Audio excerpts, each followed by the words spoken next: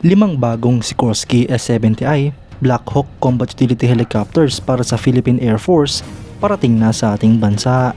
Ito nga po mga idol ay parte ng 32 units na mga branyong Black Hawk helicopter na binili ng Pilipinas. Yan ang pag-uusapan natin, pero bago yan, kung bago ka lang sa aking channel, huwag mong kalimutang mag-like, subscribe at i-hit mo na rin ang notification bell button para lagi kang updated sa mga bagong videos natin.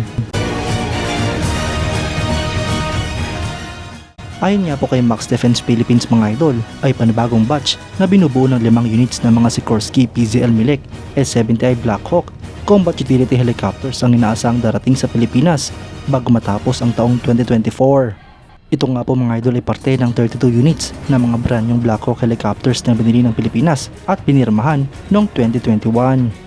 Sa kasalukuyan ay meron ng 5 units ang dumating sa ating bansa at ang matitira pang 22 units ay inaasahang darating sa Pilipinas sa taong 2025 at 2026.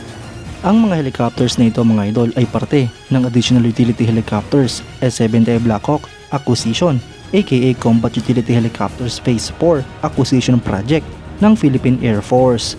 5 units na nga po ang na-deliver sa ating bansa ilang buwan pa lamang ang nakalilipas at ang isa dito ay na-handover na sa 250th Presidential Airlift Wing.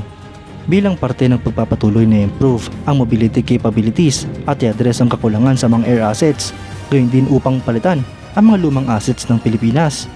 Ang Philippine Air Force ay nagkaroon ng requirement para sa acquisition ng panibagong batch ng mga S-70I Black Hawk Combat Utility Helicopters upang palitan ang mga nagretiro ng Bell UH-1D UE helicopters. Ito nga po mga idol ay ko-complement sa existing fleet ng mga Sikorsky S-70I Black Hawk, gayon din ng Bell 412EP Combat Utility Helicopters na ino-operate ng Philippine Air Force 205th Tactical Helicopter Wing. Ang proyektong ito mga idol ay parte ng second list ng Horizon 2 Phase projects ng Revised Armed Forces of the Philippines Modernization Program. Ang end user nga po ng proyekto ay ang Philippine Air Force 205th Tactical Helicopter Wing kung saan 32 units ang kanilang tatanggapin. Ang proyekto nga pong ito mga idol ay may pondo na 32 billion pesos. Ang acquisition mode dito mga idol ay negotiated procurement government-to-government deal kasamang Polish government at US government approval. Ang winning proponent sa proyekto ay ang Sikorsky Aircraft Corporation kung saan gagamitin nila ang kanilang Polish subsidiary na PZL Milek. Ito nga rin po ang unang gumawa at nag-deliver ng unang biniling mga Sikorsky S-70I Black Hawk Combat Utility Helicopters para sa Philippine Air Force. Mga idol, malaking tulong nga po para sa Philippine Air Force ang karagdagang helicopter sa kanilang hanay. Dahil nga po dito ay mas magiging moderno ang fleet ng Philippine Air Force, lalong-lalo na ang kanilang combat capabilities.